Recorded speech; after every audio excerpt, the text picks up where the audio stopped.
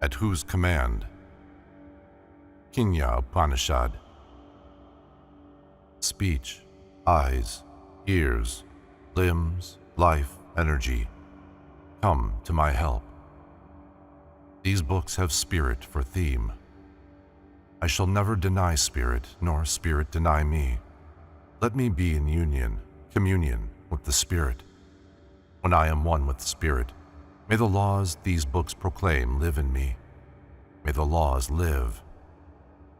The inquirer asked, what has called my mind to the hunt? What has made my life begin? What wags in my tongue? What God has opened eye and ear? The teacher answered, it lives in all that lives, hearing through the ear, thinking through the mind, speaking through the tongue, seeing through the eye. The wise man clings neither to this nor that, rises out of sense, attains immortal life. Eye, tongue, cannot approach it, nor mind know. Not knowing, we cannot satisfy enquiry. It lies beyond the known, beyond the unknown. We know through those who have preached it, have learnt it from tradition. That which makes the tongue speak, but needs no tongue to explain, that alone is spirit, not what sets the world by the ears. That which makes the mind think, but needs no mind to think, that alone is spirit, not what sets the world by the ears. That which makes the eye see, but needs no eye to see, that alone is spirit, not what sets the world by the ears. That which makes the ear hear, but needs no ear to hear, that alone is spirit, not what sets the world by the ears. That which makes life live, but needs no life to live, that alone is spirit, not what sets the world by the ears. If you think that you know much, you know little. If you think that you know it from study of your own mind or of nature, study again. The inquirer said, I do not think that I know much. I neither say that I know, nor say that I do not. The teacher answered, the man who claims that he knows nothing, but he who claims nothing knows. Who says that spirit is not known, knows.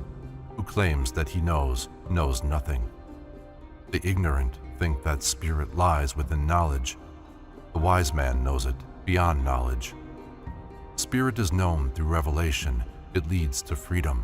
It leads to power. Revelation is the conquest of death. The living man who finds spirit finds truth, but if he fail, he sinks among fouler shapes. The man who can see the same spirit in every creature clings neither to this nor that, attains immortal life. Once upon a time, spirit planned that the gods might win a great victory. The gods grew boastful. Though spirit had planned their victory, they thought they had done it all. Spirit saw their vanity and appeared. They could not understand. They said, who is that mysterious person? They said to fire, fire, find out who is that mysterious person. Fire ran to spirit. Spirit asked what it was. Fire said, I am fire, known to all. Spirit asked, what can you do? Fire said, I can burn anything and everything in this world. Burn it, said Spirit, putting a straw on the ground. Fire threw itself upon the straw, but could not burn it. Then fire ran to the gods in a hurry and confessed it could not find out who was that mysterious person. Then the gods asked wind to find out who was that mysterious person. Wind ran to Spirit, and Spirit asked what it was. Wind said, I am wind. I am the king of the air. Spirit asked, what can you do? And wind said, I can blow away anything and everything in this world. Blow it away, said Spirit, putting a straw on the ground. Wind threw itself upon the straw, but could not move it.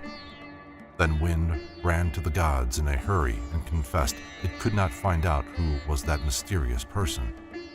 Then the gods went to Light and asked it to find out who was that mysterious person. Light ran towards Spirit, but Spirit disappeared upon the instant. There appeared in the sky that pretty girl, the goddess of wisdom, snowy Himalaya's daughter.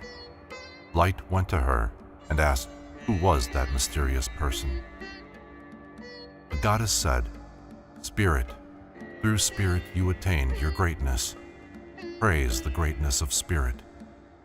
Then Light knew that the mysterious person was none but Spirit. That is how these gods, fire, wind, and light, attained supremacy.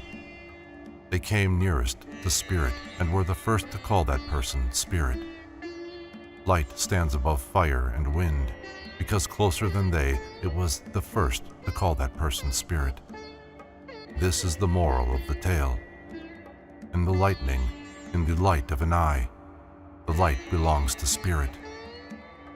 The power of the mind, when it remembers and desires, when it thinks again and again, belongs to Spirit. Therefore let mind meditate on Spirit. Spirit is the good in all. It should be worshipped as the good. He that knows it as the good is esteemed by all. You asked me about spiritual knowledge. I have explained it. Austerity, self-control, meditation are the foundation of this knowledge. The Vedas are its house, truth, its shrine. He who knows this shall prevail against all evil, enjoy the kingdom of heaven. Yes, forever enjoy the blessed kingdom of heaven.